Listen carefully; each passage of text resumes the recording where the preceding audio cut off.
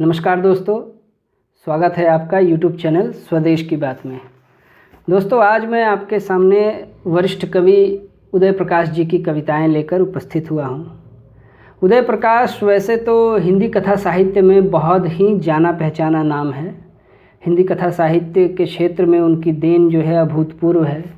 उन्होंने हिंदी कहानी की नई ज़मीन तोड़ी है। ज्ञान रंजन के बाद उदय प्रकाश एक अत्यंत ही महत्वपूर्ण कहानीकार हैं हिंदी के, किंतु यहाँ मैं उनकी कविताएं आपके सामने लाया हूँ।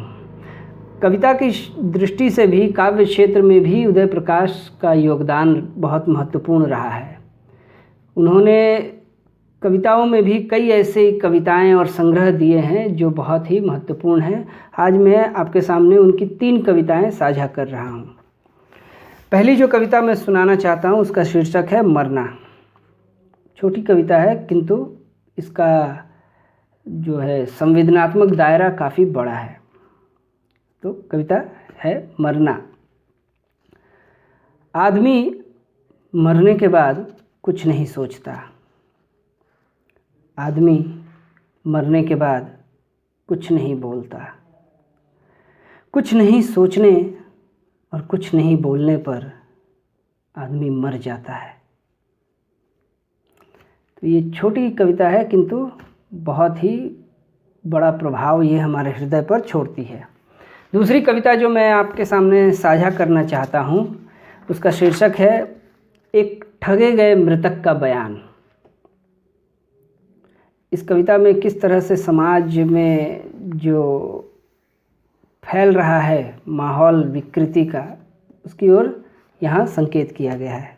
आप गौर फरमाएं। एक ठगे गए मृतक का बयान। जो बेतरह ठगा गया है, ठग उसे देखकर हंसे जा रहे हैं। जो ठगा नहीं भी है, जो ठग नहीं भी है, वे भी हंस रहे हैं। लेकिन जो ठगा गया है वह प्रयत्न करता है हंसने का, और आखिरकार हंसता है वह भी एक अजीब तरीके से। उसकी हंसी में कोई ज़माना है जहाँ वह लाचार है। जिसे मार दिया गया है वह मरने के बाद बेचैनी से अपना चश्मा ढूंढ रहा है। उसे वे चेहरे ठीक से नहीं दिखे थे मरने से पहले, जो उसकी हत्या में शामिल थे। कुछ किताबें वह मरने के बाद भी पढ़ना चाहता है, जो मरने के ठीक पहले बमुश्किल से खरीदी गई थी तमाम कटौतियों के बाद। वह मरने के पहले कोई सट्टा लगा आया था, अब वह जीत गया है। लेकिन वह जीत उधर है जिधर जीवन है, जिसे वह खो चुका है। एक सटोरिया हंस रहा है, बहुत से सटोरिये हंस रहे हैं। उन्हीं की हुकूमत है वहाँ जहाँ वह मरने से पहले रहता था। अरे भाई, मैं मर चुका हूँ, तुम लोग बेकार मेहनत कर रहे हो, कोई दूसरा काम खोज लो। हत्या के पेशे में नहीं है इन दिनों कोई बेरोजगारी। एक बात जो वह मरने से पहले पूछना चाहता था कवियों से, वह बात बहुत मामूली जैसी है। जैसे यही कि तुम लोग भाई कविताएं आपस में जो लिखते हो, तो वे कविताएं ही किया करते हो या कुछ और उपक्रम करते हो। इस कदर हिंसा तो कवि में पाई नहीं जाती अक्सर, ऐसा पुराने इतिहास में लिखा गया है।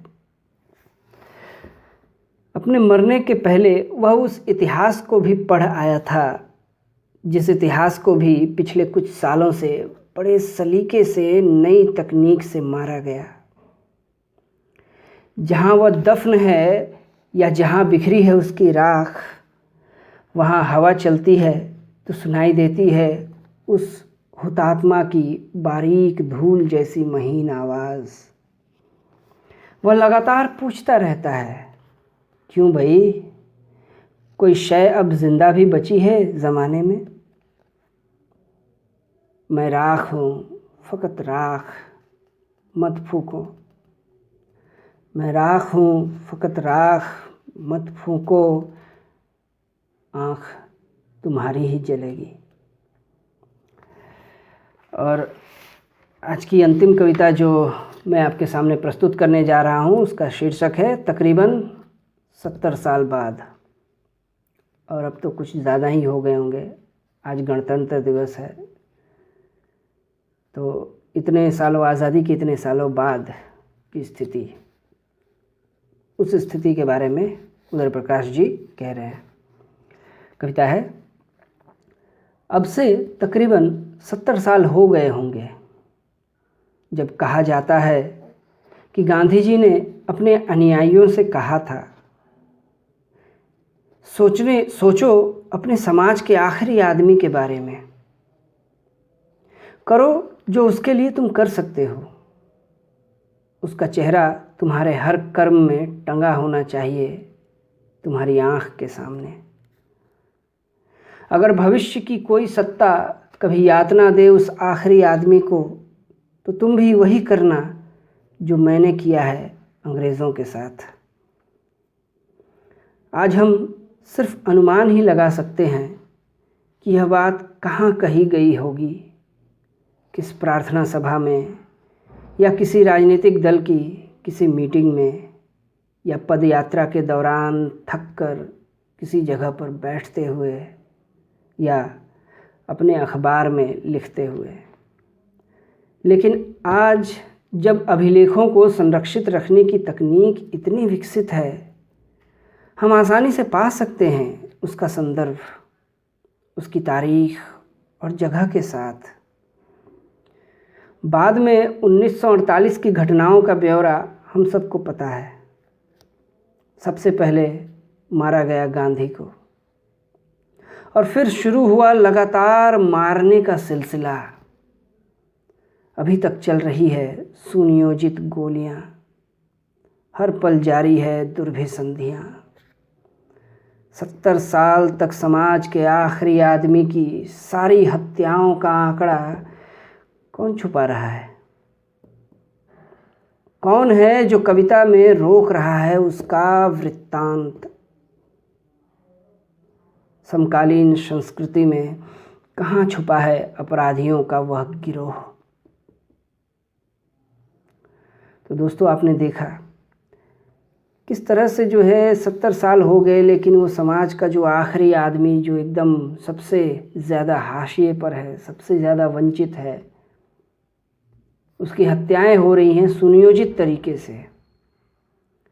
यानी उसको धीरे धीरे जो है मरने के लिए छोड़ दिया जा रहा है।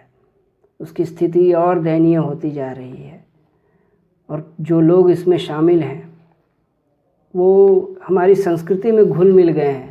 वो संस्कृति का झंडा उठाए घूम रहे हैं। हम उनको पहचान नहीं पा रहे हैं, लेकिन हमें पहचानना होगा। आज के गणतंत्र दिवस के दिन यही सबसे अपील करना चाहता हूँ मैं कि हमारे लोकतंत्र की रक्षा करनी होगी। नहीं तो ये जो अपराधियों के गिरोह हैं, ये लोकतंत्र को खा जाएंगे और अंततः उस समाज के अंतिम आदमी को भी खा जाएंगे। आज के वीडियो में इतना ही। धन्यवाद।